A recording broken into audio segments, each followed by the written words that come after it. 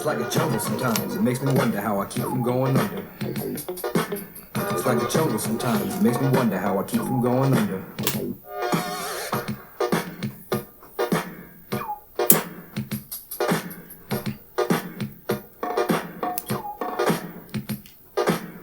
Broken glass everywhere. People on the stage, you know they just don't care. I can't take the smell, can't take the noise. Got no money to move out, I guess I got no choice. Rats in the front room, roaches in the back, junkies in the alley with the baseball bat. I tried to get away, but I couldn't get far, cause a man with a torch repossessed my car.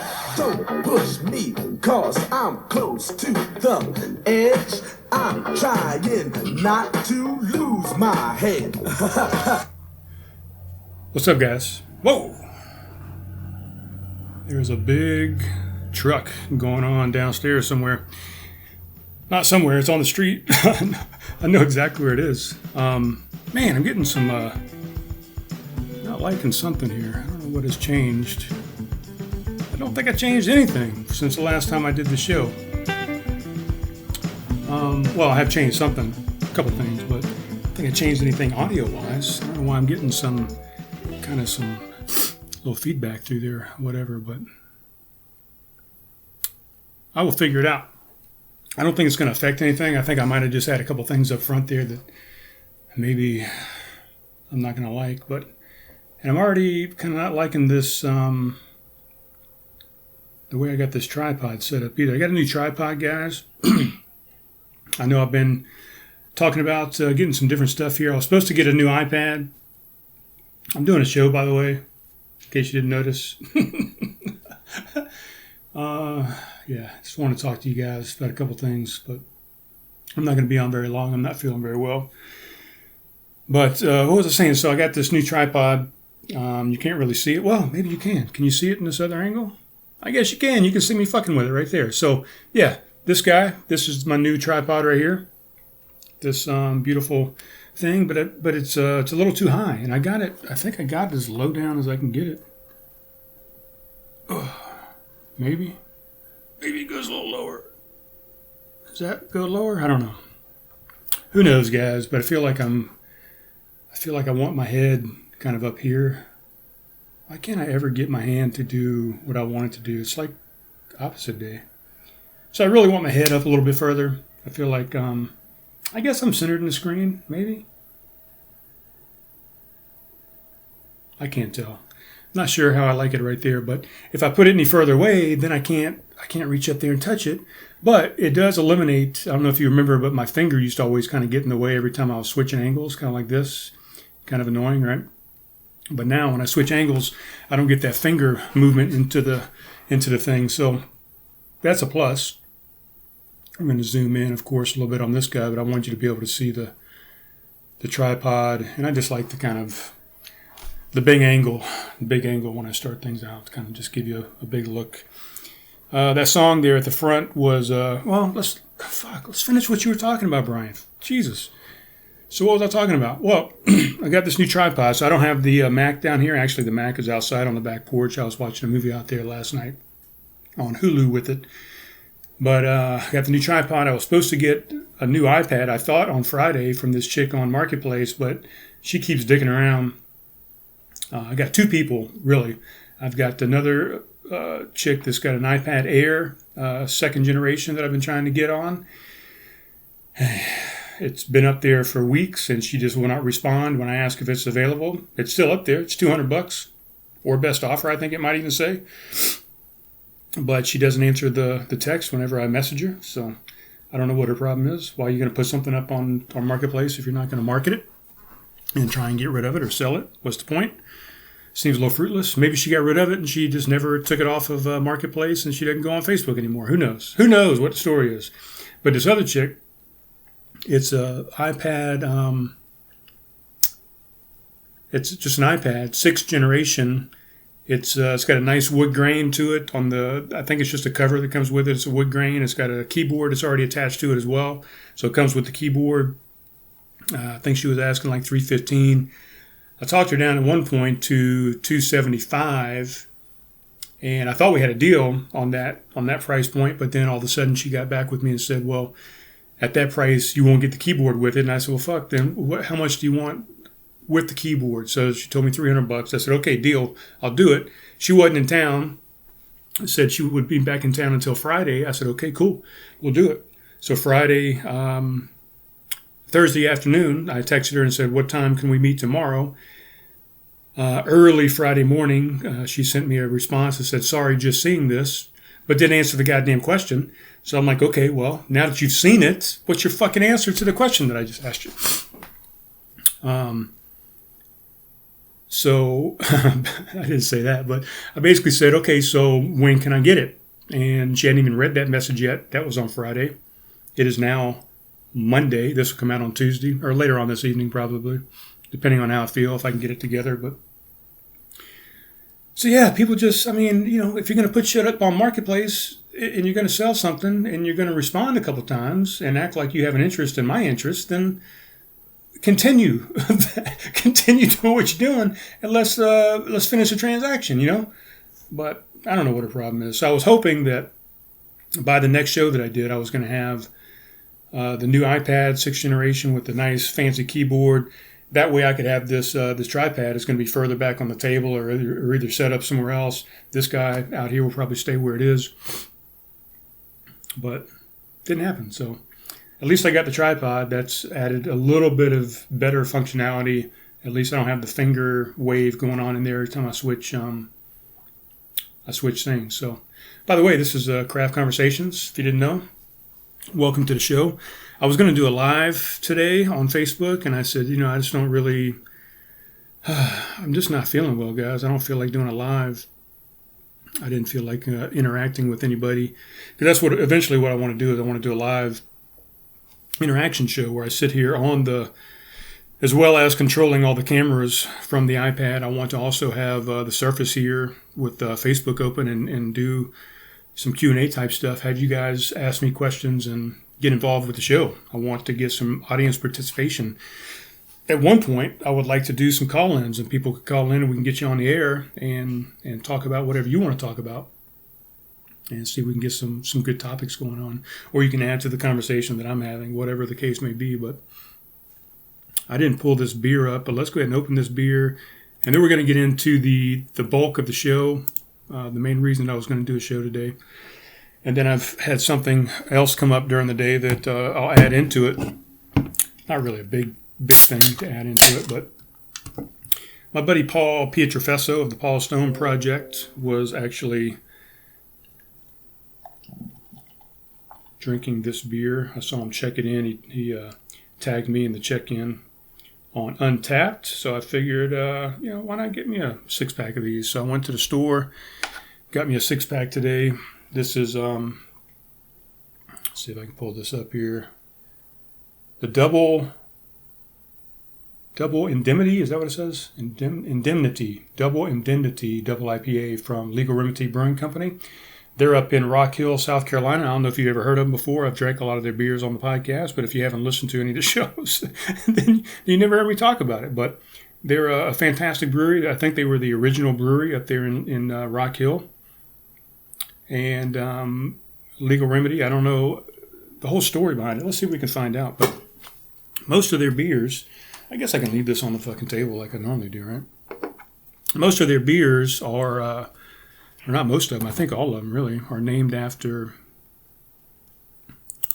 legal things. That's why they're called Legal Remedy. Let's see, Untapped. See if it's still got me logged in here. Probably not. No, of course it does not. Let's see if my other browser has me logged in to Untapped. Oh, I should have had things set up. But what fun would that be, to have things set up? Because then I'd have nothing to do on the show. I'd just be rolling right along and there'd be no things going on. Oh, I am logged on my other browser, so that's good. So Legal Remedy, let's type those guys in. Legal Remedy Brewing. See if it gives me any info about these guys. I don't know if I've talked about them in a while, but Legal Remedy Brewing was founded in 2009 by by 5 Fort Mill, South Carolina friends who turned their collective passion for making and enjoying great beer into a craft brewing business. After entering and winning their first formal homebrewing contest in 2012, the group continued to refine their recipes and hired its first full-time brewmaster in 2014. In 2015, a vacant Rock Hill, South Carolina car dealership was purchased and converted into a craft brewery and brew pub. With over 11,000 square feet of space, the brew pub houses a 17-barrel brewing system along with 2 smaller brewing systems. Legal Remedy Brewing beers, including World Court Mocha Blonde Stout, Double Indemnity, DIPA, and Pro Bono Porter, are presently served at the brew pub alongside food that is just as crafty as the beer. In addition to on-site sales, Legal Remedy Brewing beers are available in restaurants and retailers throughout North and South Carolina in draft and package. I don't know if you can hear what's going on outside, guys. I'll try and maybe cut that out. Maybe I'll leave it in. Maybe it adds some nuance to the show, but my neighbors across the street are cutting and edging their grass for like the first time in, I don't know, maybe since the pandemic started. So, and they're out there just busting their ass, man. They're edging the grass, that comes off the curb into the street. Oh, excuse me, a little snot there. And they've there's probably a good 12 inches of fucking grass that has grown down into the street because they just let it go for so long. I don't know why. They're home all the time. It's none of my business, really, but it's kind of an eyesore. But now they're out there busting their butt trying to edge through this thick-ass grass that has grown down off the curb. And it seems like it'd be easier just to maintain it and do it periodically. But what do I know? What do I know? I'm going to see if I can move this back just a tad bit, but I'm not liking the angle on it so far. I need a different controller, guys. We're going to get there. So, what are we drinking by these guys? We are drinking the double. Let's see what this thing says here. I feel like I'm a little off today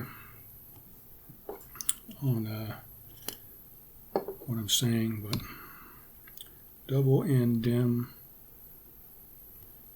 Come on, guys, just pull it up.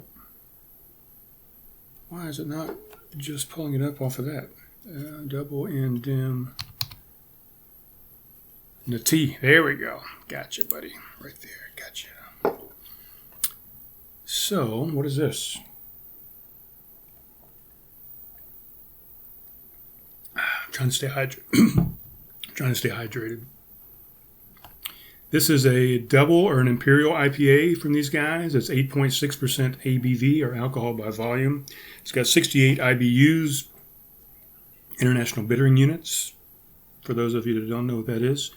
It's got an average rating of 3.82. Oh, excuse me. This double IPA is light golden in color with complex malt flavors, dry hop to give you bold, tropical, and grapefruit aroma and finish. Twice the payout, what it says. It's a good beer. I like it. And I saw Paul drinking it yesterday, and I said, you know what? Get some of that. So what's been going on, guy? What's the purpose of this show, really? So I've said it a couple times already during the show. I'm not feeling too well. I think I may have the COVID, may have the virus. I'm not sure. I'm not a doctor.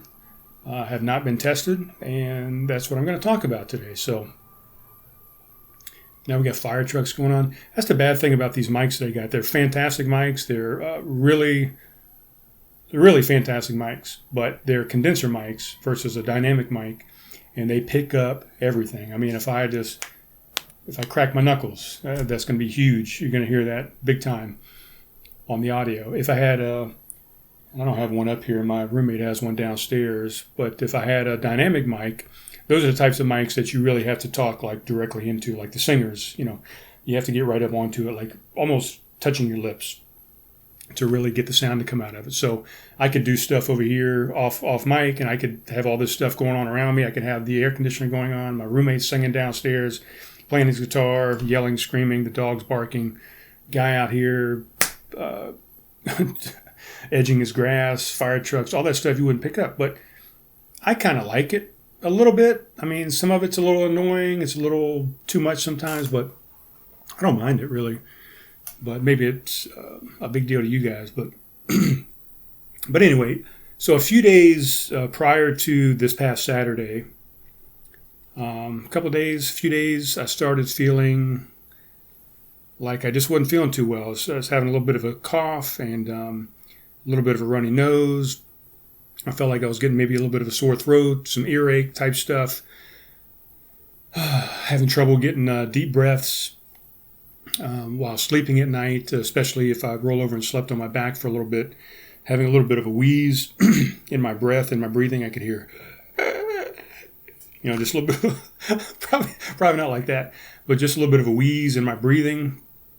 I'm just feeling, lethargic. If I would get up and just do anything, any type of activities, I would just feel labored. Just even walking up here to the studio, walking up and down the stairs periodically just kind of winds me a little bit. So a little bit, let's just get into it, right? I mean, these are symptoms, a little bit of diarrhea. So all the symptoms, when you go on and you look up COVID-19 symptoms, a lot of the classic stuff. Headache was another one that's in there. So I asked a friend of mine, I said, hey, you had mentioned to me at one point that there was a place online that you could do a virtual test or a virtual consult or whatever. So she gave me the website, and it's run through MUSC, the Medical University of South Carolina here in South Carolina. They're downtown, teaching university down there. I think they one of the major universities within the state.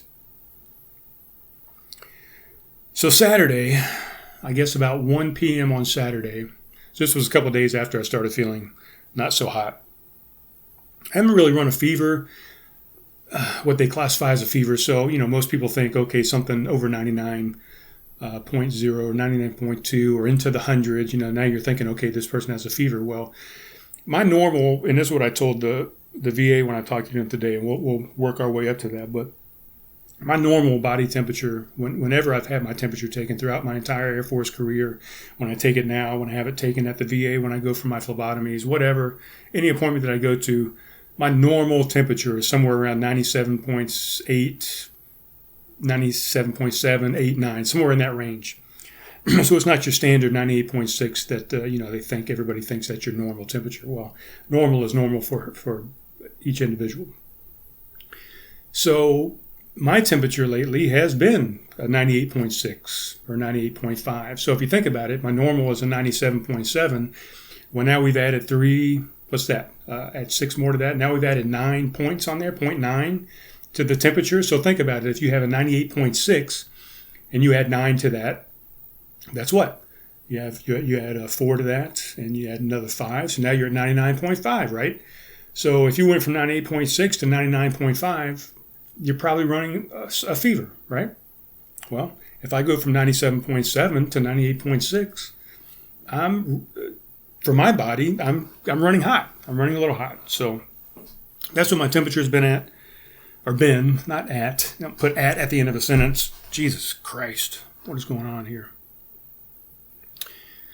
So Saturday, we'll just put this up here, by the way. But Saturday, I went online to MUSC on my phone. I'm sitting at the boat landing, as I normally do, just drinking a coffee, drinking a water, enjoying the scenery and just kind of distancing, staying away from everybody. I usually catch up on the news or whatever, Facebook, emails, just catch up on everything.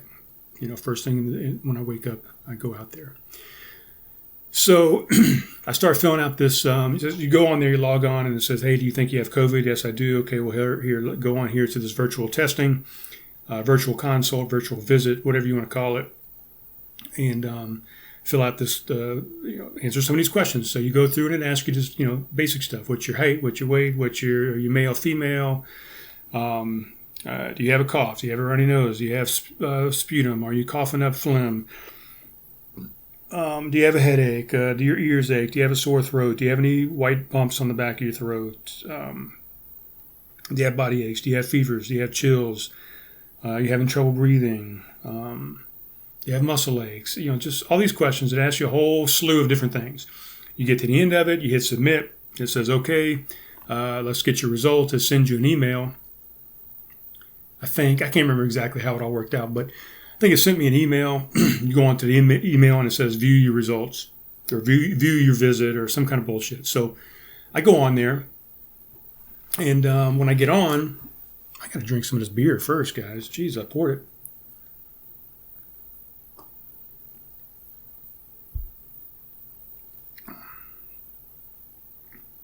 Yep. Bold, tropical, grapefruit. I get all that. Definitely malt, complex malt flavors. I get that. Light golden in color. It's maybe a little darker than what I would consider light golden in color, but that's big, man. It's big and malty. That's kind of the color there, if you can see. But drinking out of a Charleston Beer Week glass. This is from 2016. We actually missed the Beer Week this year, guys, because of the virus, but I think it's going to be rescheduled. Or it has been rescheduled, I think, for August or September, but I got a feeling that that's probably not going to happen either. So I go through this thing. I log back on. I don't have, let's see, maybe I can pull up my email. It doesn't matter. I pull up my results, and it says, oh, based on the information that you provided and based on our assessment, I guess a nurse looks at it, reviews it, doctor, somebody does, PA, who knows who they got working the virtual. Probably a bunch of people, different people, but I go on there and it says, based on our assessment, we think you may have the COVID-19 virus. We recommend that you get a test, so we're going to set you up for that. So it says something about blah blah blah. Click this, you'll get a fast track ticket, some kind of bullshit. You have to have an appointment to get the test. Do not just show up to the lab. And it also has you select, your closest location. So my closest location is over here in West Ashley at the Citadel Mall, for the MUFC clinic over there. So it says, do not just show up to the lab and try and get your test. You have to have an appointment. Here is a code. You have to give them this code to schedule your appointment. So I screenshot everything, saved all the information. It also sends you a text, through if you allow them to text you and voicemail you and all kind of stuff, it sends you a text. So I also got a text that said, you require a test, some bullshit. I don't know the exact wording on it. You will be contacted within 24 to 48 hours to schedule. So, like I said, this was about 1 o'clock on Saturday. Well, I saw that their office hours were open till 2 on Saturday. They were closed on Sunday. So I said, you know what? I'm not going to hear from these guys Saturday. I'm not going to hear from them Sunday because they're not even open at the location. So I expected to hear from them sometime probably this morning, which is Monday. Monday today at 1 o'clock would have been 48 hours. So I've been 2 days. It didn't specify business days or regular days, but I'll get into that as well. So around 10 o'clock this morning, I wake up. I check my phone. I have no messages. I have no email from these guys. I have no phone call. So no communication whatsoever. It's almost 48 hours. I said, come on, guys. I could be dying here. I mean, if that's the case, obviously call 911, go to the emergency room. So it wasn't that serious, but who knows how serious it is, right? So I ended up going back onto that website. I went back to my email. I clicked on the view your result thing.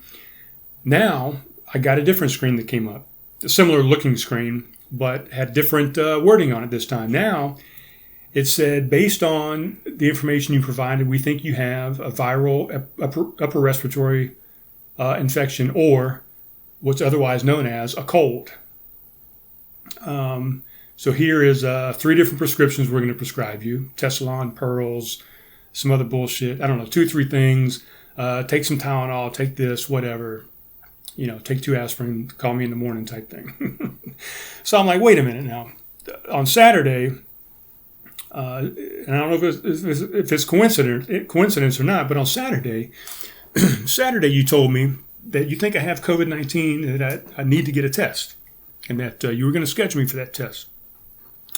All of a sudden, Saturday night, our great president has a rally in Oklahoma saying that he's been telling his people that they need to slow down testing because, he's worried all these numbers are going up and it's going to affect his goddamn poll numbers and his election and all this other kind of stuff. So he says that he jokingly said that they need to slow down testing. Well, it's not a joke. It's a joke when people started condemning him about it. And he said, come on, I was joking. Yeah.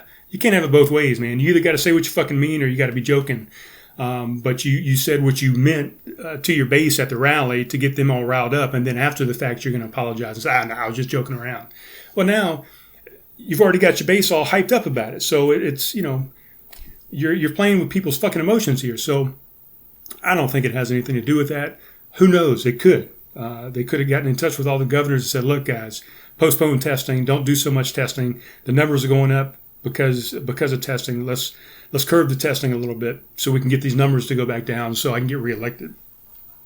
That's what I think. But who knows? Who knows what I know?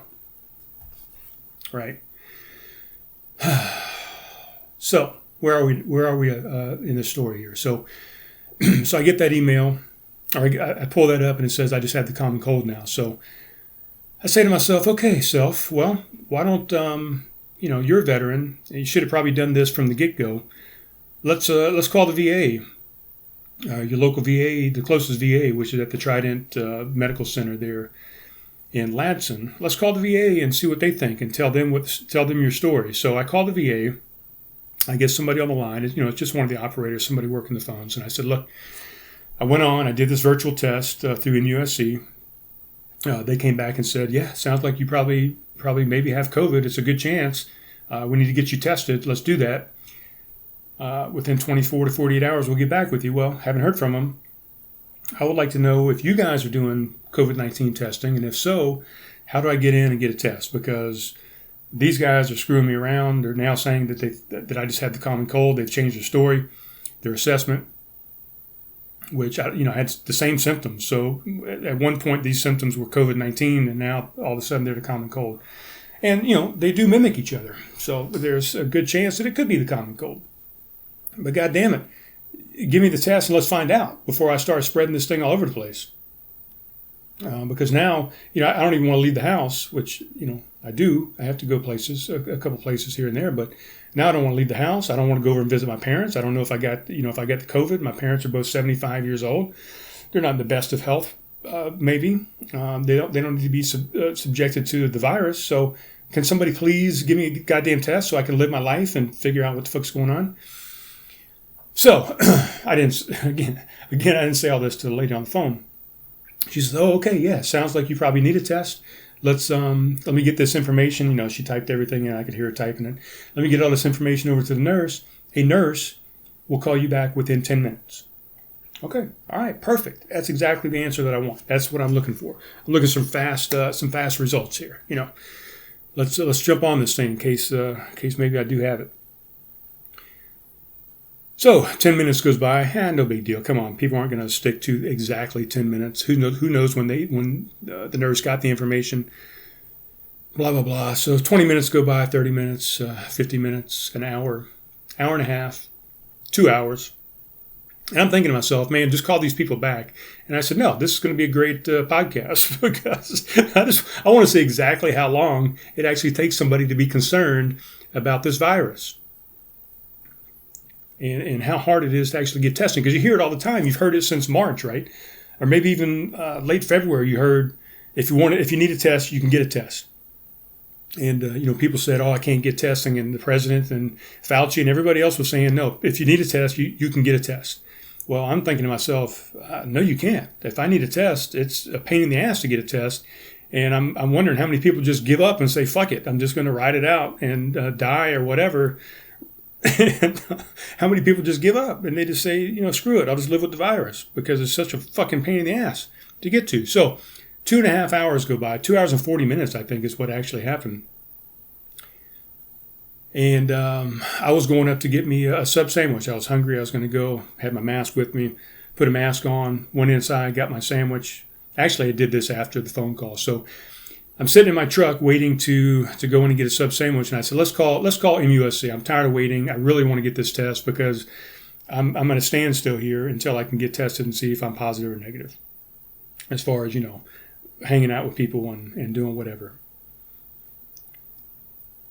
So I call MUSC. I get on there. I'm on hold immediately. I'm counting. I'm keeping track of it because I knew I was going to be on hold for a long time. I mean, I'm sure a lot of people are calling. Tests are going. Cases are going through the roof. People are wanting to get tested. I think more people are testing are positive, and this thing is spreading around. So I knew it was going to be a little bit of a wait. So I was prepared for that. I think about 6 or 7 minutes went by, and my phone started ringing on my other line or whatever, and it was an 843 number. So I figured it was probably the VA finally getting back in touch with me. So I hung up on the MUSC call, answered the VA call. I said, "Oh, it's funny that you called. I was actually on the phone with MUSC on hold, waiting to try and get in touch with them to see why all of a sudden now I have a cold and why I can't get a test." So I explained the whole situation to the nurse, and she says, "Oh, yeah, it definitely sounds like you may have COVID. You definitely need to get a test." And she said, "The testing facility that we use is MUSC. So it's the same exact people that are going to test me." So she says, "Okay, well, I'm gonna get somebody to schedule for the test. If MUSC gets back with you first, then schedule that test. If we get back with you first and schedule that test, basically whoever gets back with you first is the winner." I think it's just kind of ironic that I decided to go back and go around and go through the VA, and it's going to be the same testing center regardless. So, and this nurse on the phone says, "Yeah, those symptoms sound like COVID-19." So. Conflicting information out there on various aspects of this fucking thing since day one. And I know it's a new thing and people are still trying to figure it out. But Jesus, I think we got a fairly good handle on what the symptoms are, who it's affecting, who it affects the most. Although we're seeing a big spike in people under 30 at the moment. But I think that's because people under 30 finally threw their hands up and said, "Fuck it, I'm going out. I'm going to party.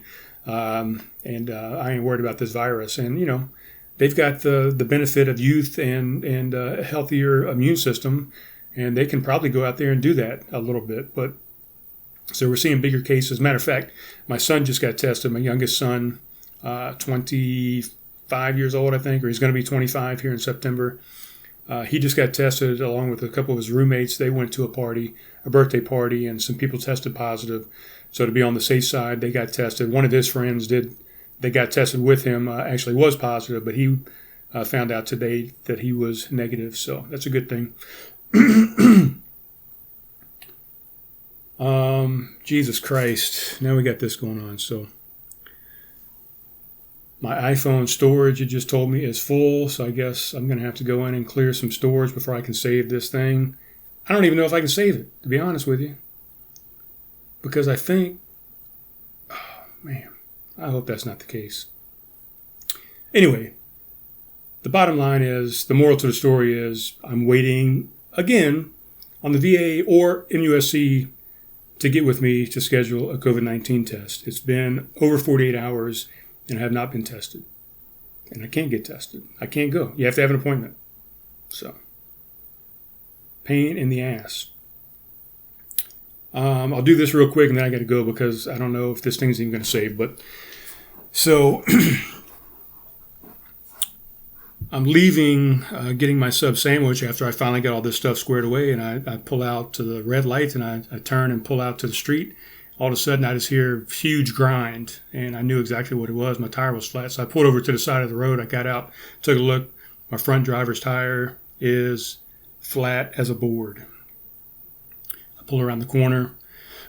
My spare tire is at the house because it's been there since the last time I had a flat tire, because I can't get it back up underneath my truck because my chain is fucked up.